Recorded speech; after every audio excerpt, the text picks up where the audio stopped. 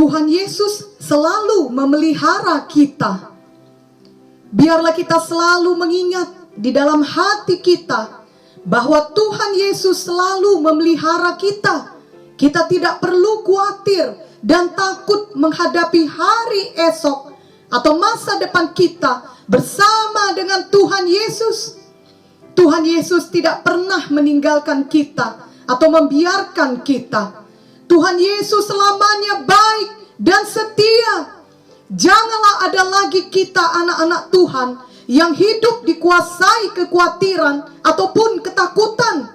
1 Petrus 5 ayat 7 berkata, serahkanlah segala kekhawatiranmu kepadanya, sebab Ia yang memelihara kamu. Ingatlah juga bahwa Tuhan kita adalah Jehovah Jireh, yang artinya Tuhan yang menyediakan.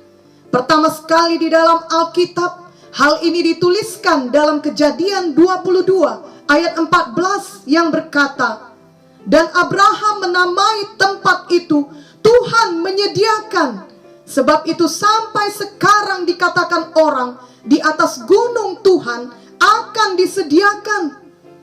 Tuhan Yesus selalu mengasihi kita, dan Tuhan Yesus berkuasa menyediakan serta memenuhi segala keperluan kita. Marilah kita membaca Matius 17 ayat 24 sampai 27. Ketika Yesus dan murid-muridnya tiba di Kapernaum, datanglah pemungut bea bait Allah kepada Petrus dan berkata, apakah gurumu tidak membayar bea 2 dirham itu? Jawabnya, memang membayar. Dan ketika Petrus masuk ke rumah, Yesus mendahuluinya dengan pertanyaan, apakah pendapatmu Simon? Dari siapakah raja-raja dunia ini memungut bea dan pajak? Dari rakyatnya atau dari orang asing? Jawab Petrus, dari orang asing. Maka kata Yesus kepadanya, jadi bebaslah rakyatnya. Tetapi supaya jangan kita menjadi batu sandungan bagi mereka, pergilah memancing ke danau. Dan ikan pertama yang kau pancing, tangkaplah dan bukalah mulutnya. Maka engkau akan menemukan mata uang 4 dirham di dalamnya. Ambillah itu dan bayarkanlah kepada mereka, bagiku dan bagimu juga. Dari ayat-ayat di atas kita membaca bahwa perintah Tuhan Yesus ini kedengaran sangat aneh. Bagaimana mungkin Petrus harus menangkap ikan yang membawa uang di mulutnya? Tetapi Petrus percaya dan Petrus patuh kepada Tuhan Yesus. Dan sebagaimana yang difirmankan Tuhan, itulah yang terjadi. Biarlah kita juga senantiasa percaya dan patuh kepada Tuhan Yesus. Walau mungkin perintah Tuhan tidak semuanya dapat kita mengerti dengan pikiran kita, dan mungkin kedengaran aneh bagi kita, tetapi biarlah kita menerimanya dengan iman dan melaksanakannya dengan sepenuh hati kita. Tentunya itulah yang dilakukan oleh Petrus. Walaupun dia tidak mengerti sepenuhnya, tetapi dia tetap percaya dan patuh kepada perkataan Tuhan Yesus. Maka Petrus pun pergi memancing, dan kemudian ada seekor ikan tertangkap di pancingnya. Ketika Petrus membuka mulut ikan itu, dia melihat ada koin uang di situ. Luar biasa, mujizat Tuhan telah terjadi. Sekarang Petrus dapat membayar uang pajak untuk Tuhan Yesus dan untuk dirinya sendiri. Mungkin kita bertanya, mengapa Tuhan Yesus tidak langsung saja membuat mujizat di depan Petrus dengan mengadakan uang koin dan memberikannya kepada Petrus? Bukankah Tuhan Yesus sanggup berbuat apa saja? Tetapi Tuhan Yesus tidak melakukannya seperti itu, karena Tuhan Yesus mau Petrus percaya kepadanya dan patuh kepadanya. Walaupun perintahnya tidak masuk akal, yakni memancing ikan untuk mendapatkan uang, Tuhan Yesus juga mau kita selalu percaya kepadanya dan patuh kepadanya. Tuhan Yesus mau kita semua selalu berjalan dengan iman. Jadi marilah kita semua menjadi anak Tuhan yang senantiasa percaya dan patuh kepada Tuhan Yesus. Selanjutnya marilah kita juga mudah untuk berkorban, bukan hanya menimbun untuk diri sendiri saja, sebab kita sudah sungguh-sungguh menyadari bahwa Tuhanlah yang memberikan kepada kita segala sesuatu yang kita miliki saat ini. Sebenarnya selama kita di dunia ini, segala sesuatu yang kita miliki adalah milik Tuhan.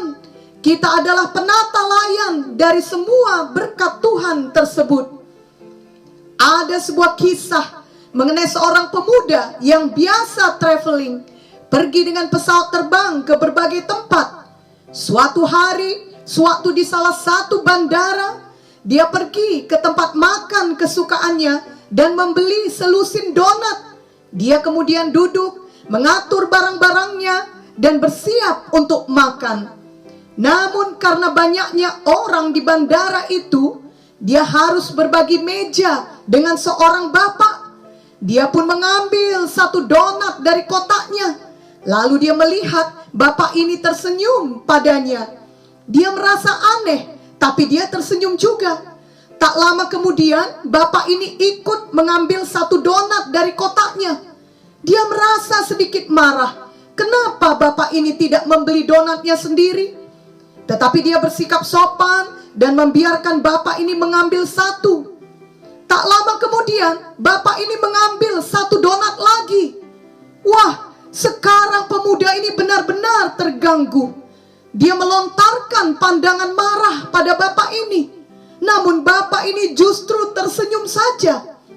Pemuda ini juga mengambil satu donat lagi, dan sambil mengambil, dia menjauhkan kotak donat itu ke sisi mejanya, sehingga semakin jauh dari jangkauan bapak itu. Tapi bapak itu tersenyum terus, dan kemudian berdiri serta mengambil donat yang ketiga, dan kembali ke kursinya dengan masih tersenyum. Pemuda ini tidak tahan lagi. Dengan marah, dia hentakkan kakinya. Lalu dia mengambil semua barang-barangnya. Dia menyambar kotak donat dengan isi donat yang tersisa dan meninggalkan bapak itu.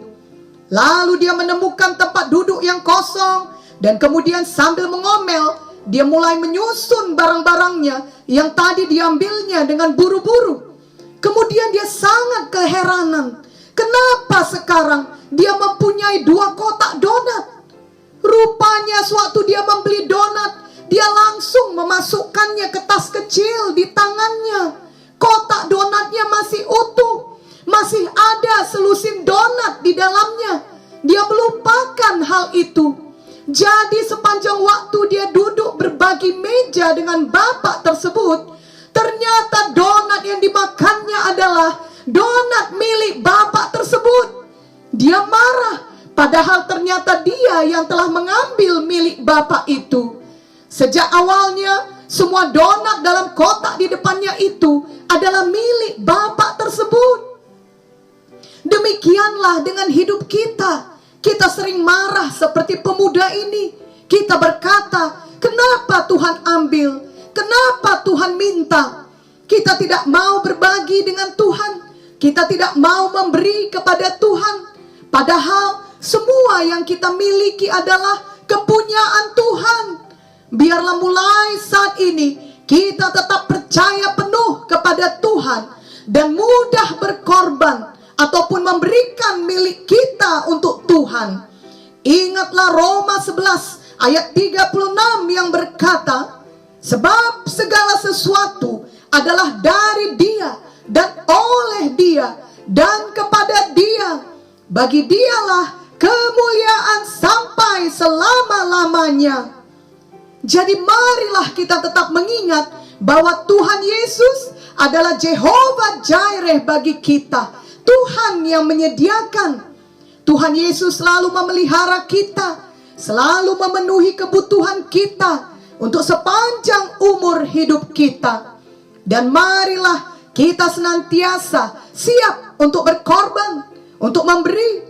Tiap kali Tuhan menggerakkan kita untuk melakukannya, itu merupakan taburan kita dalam kerajaannya. Kita tahu bahwa setiap taburan kita pasti memperoleh tuaian. Kita tahu bahwa Tuhanlah sumber kita, bukan manusia. Tuhan Yesus selalu memelihara kita. Filipi 4 ayat 19 berkata, Allahku akan memenuhi segala keperluanmu menurut kekayaan dan kemuliaannya dalam Kristus Yesus. Amin dan amin.